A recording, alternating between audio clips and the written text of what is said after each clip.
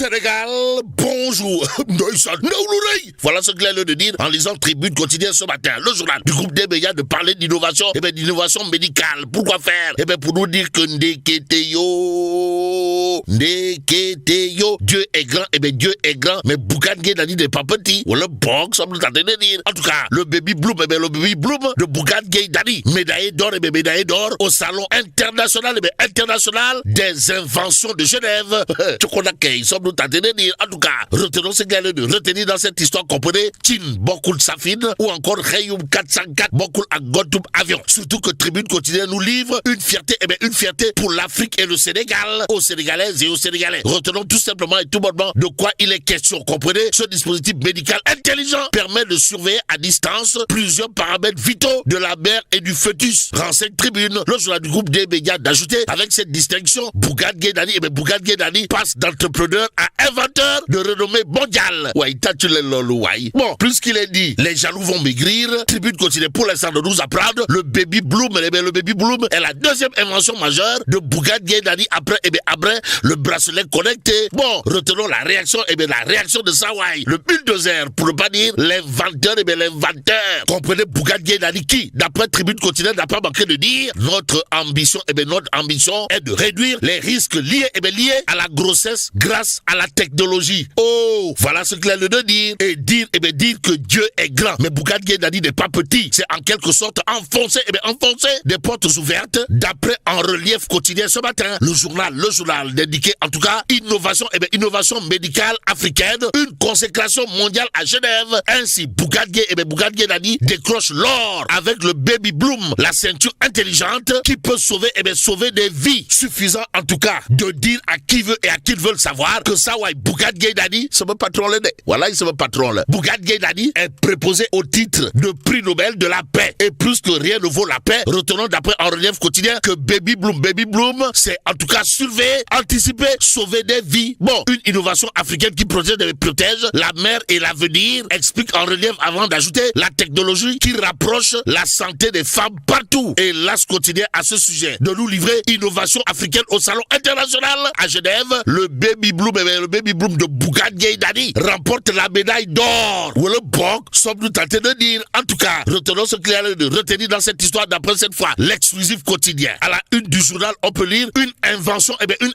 africaine primée en médaille d'or à Genève. Bougane Gueye Dany, le baby bloom et la consécration internationale. En tout cas, Bougane Gueye Dany kay maïda ko nyari fuki meteru jesder ak nyari fuki juni. Au regard de l'actualité de l'exclusif, le journal de noter en tout cas la statue mondiale d'un bataillon sénégalais où les preuves d'un investisseur jusqu'au hors de nos frontières. Bon, une innovation technologique en la confection d'une ceinture connectée destinée à améliorer le suivi de la grossesse qui a remporté la médaille d'or au salon des inventions. D'après toujours l'exclusif qui ajoute un dispositif médical intelligent qui permet de surveiller à distance plusieurs paramètres vitaux de la mère et du fœtus grâce à des capteurs biométriques intégrés à un système sécurisé de transmission de données, ce qui donne le droit à Critique quotidien de nous livrer en tout cas que ça waïdal amna mayumyal. Waouh. Bon, Critique quotidien de retenir et faire retenir une innovation africaine primée à Genève. En tout cas, le baby bloom inventé par Bougane Gueye Dany remporte une médaille d'or. Que dire d'autre d'après Critique quotidien? Sinon, le baby bloom est une ceinture connectée destinée à améliorer le suivi de la grossesse. Ouais, tatulen Bougane Gueye Dany, ouais. En tout cas, restons avec Critique quotidien qui semble pousser plus d'un à dire ouh, Jean-Michel Sen, ouh, Loukheweti. Critique continue de parler du dossier des 37 milliards de francs CFA de laser portant sur l'électrification rurale. Bon, à la une de Critique quotidien, on peut lire dossier des 37 milliards de francs CFA portant sur l'électrification rurale, la lettre d'exonération, qui enfonce totalement, pour ne pas dire complètement et voire carrément Jean-Michel Sen. De quoi s'agit-il? D'une lettre d'exonération aux allures de Laurence Post, révélée par Critique. En tout cas, le journal dédié, le DG de Laser annonce avoir déposé une plainte contre son prédécesseur. On est où là? C'est l'interrogation qui s'est posée. En tout cas, une lettre datée du 21 août 2025 est signée par le directeur général de Laser, Jean-Michel Sen, en personne, en chair et en os, octroie une exonération fiscale en faveur de partenaires espagnols sans sans que les contours, les motivations ou les implications d'une telle mesure n'aient été clairement expliquées à l'opinion publique. Et ce que rend public, Grand Place ce matin gravite autour d'un fait clair, c'est-à-dire cousu de fil blanc, voire flagrant. En tout cas, Jean-Michel Sen, Jean-Michel Sen, oui, Jean-Michel Sen, Jean-Michel Sen, Jean-Michel Sen, voilà ce qu'elle a de dire en lisant Grand Place ce matin. Le journal d'indiquer exercice de transparence, de vérité, de laser. Et là, on peut lire la montagne a accouché d'une souris. En tout cas, Grand Place de nous renseigner, la conférence de presse du DG de laser devait faire la lumière sur un dossier explosif. Mais les explications techniques et financières sont restées floues. En d'autres termes, Jean-Michel Sen s'est avancé avec des arguments tirés par les cheveux, voire par les pieds. Ou encore Jean-Michel Sen est allé dans le décor, d'après Grand Place, le journal. En tout cas, de noter que Sawai, visiblement sur la défensive, a peiné à instaurer un climat de confiance avec les journalistes aussi. Au lieu de se concentrer sur les faits, monsieur le DG a chargé Seydou Kane et l'ARCOP, laissant de côté des questions essentielles sur le projet et ses acteurs. Ainsi, Goloboui Bodomam, Djinaboui Sachet-Dakhin, Wole Kanyaboui Lek Mafé, l'outil Sunyoyon, c'est l'interrogation qui s'imposerait aujourd'hui à Jean-Michel Sen au regard de ce qu'on nous livre.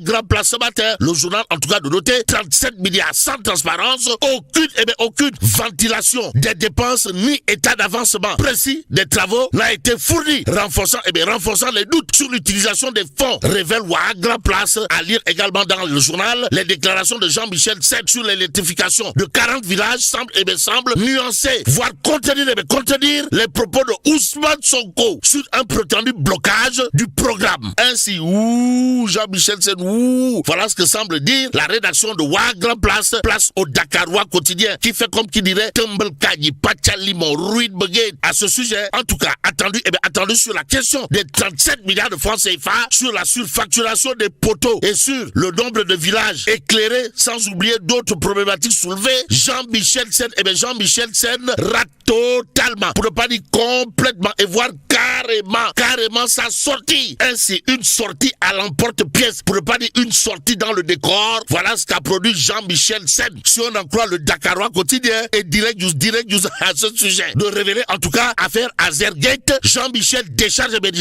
José et oublie d'indiquer le nombre de villages électrifiés par AEE.EPC. On est où là? C'est l'interrogation qui s'imposerait.